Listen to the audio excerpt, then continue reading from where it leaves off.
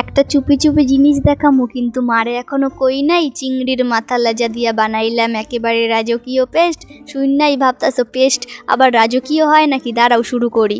শুকনা কড়াইয়ে 1/2 চামচ কালো জিরা টাইল্লা নিলাম, ঝাঁঝা কইরে উঠলো। মনে হইলো আসল খেলা তো এখন শুরু। তারপর একটু সর্ষের তেল আর 2টা শুকনো লঙ্কা ছাইড়া দিলাম। গন্ধে ঘর একেবারে মাথা ঘুরায় দিল। এবার আইলো পেঁয়াজ কুচি। ভাজার সময় 1 চিমটে নুন ছুঁইরা দিলাম। নুন পড়তেই পেঁয়াজটা ঝটাপট রং পাল্টাইতে লাগলো। দেখাই মজা লাগতেছিল। তারপর আলাদা কইরা ভাজলাম চিংড়ির মাথা লেজা। ভাজার সময় 1 চিমটে নুন ছুঁইরা দিলাম। এইটাই ফাইনাল নুন, আর একটুও নুন লাগবো না। করকইরা ভাজা সোনালি ঝলক, এইবার গন্ধেই বাজিমাত। মিক্সচারে প্রথমে দিলাম ভাজা চিংড়ির মাথা আর লেজা, তারপর ভাজা পেঁয়াজ, এরপর টাইল্লা নেওয়া কালো জিরা, আর একদম শেষে গেল সেই শুকনা লঙ্কা। কইলাম তুই এখন জাদু কর, পেস্ট বানাস একেবারে মাছ কইরা দেওয়ার মতো।